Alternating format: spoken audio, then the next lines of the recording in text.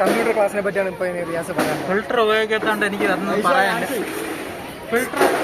Filtering ഇല്ലാത്തതുകൊണ്ട് എനിക്ക് പ്രത്യേകിച്ച് ഒന്നും പറയാനില്ല. ബാക്കി ആൻസി ഓർമ്മ കമ്പ്യൂട്ടർ ക്ലാസ്സിനെ പറ്റി 2 വാർക്ക്. കമ്പ്യൂട്ടർ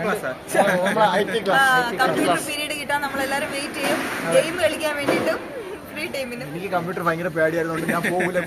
വർക്ക് ചെയ്യുന്നത് ടീച്ചർ ഗെയിം കളിക്കേണ്ടി വരുമല്ലോ. പക്ഷെ അതിന് എന്തെങ്കിലും ഒരു ഓർമ്മ കമ്പ്യൂട്ടറിനെ പറ്റിയ C++. ക്ലാസ്സിൽ വന്നില്ലേ ഏതെങ്കിലും ഒരു രുചി പിടിത്താക്കുമ്പോൾ കമ്പ്യൂട്ടർ നോക്കാവും. പിന്നെ അന്ന് ആ പീരീഡ് മിണ്ടൂല. അവിടത്തെ ഇറങ്ങി പോട വരാൻ നെഞ്ചിടിപ്പോട് കൂടി കമ്പ്യൂട്ടർ പുതിയ വാങ്ങിച്ചു കൊടുക്കണമല്ലോ എന്നുള്ള പേടിയായിരുന്നു. പിന്നെ അറിഞ്ഞൂടാതെ ഇപ്പോഴും അവിടെയാണ് ഇരിക്കുന്നത് കമ്പ്യൂട്ടർ ക്ലാസ്.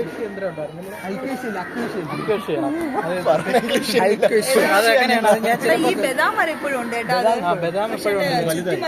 ആൻസി പറഞ്ഞ ബദാം ഇതാണ്, ഇതിൽ നിന്നാണ് കൊഴിഞ്ഞ് വീഴണത്. ആൻസി വന്ന് മാത്രമാണ് ഇവിടെ അഡ്മിഷൻ എടുത്ത കാര്യം.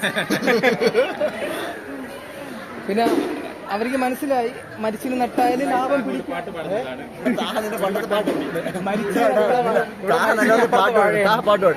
പാട്ടൊന്നുമില്ല.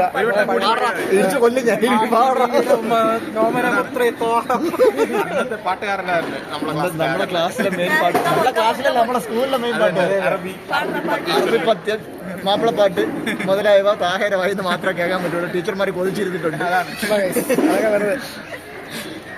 പിന്നെ വേറെന്തെങ്കിലും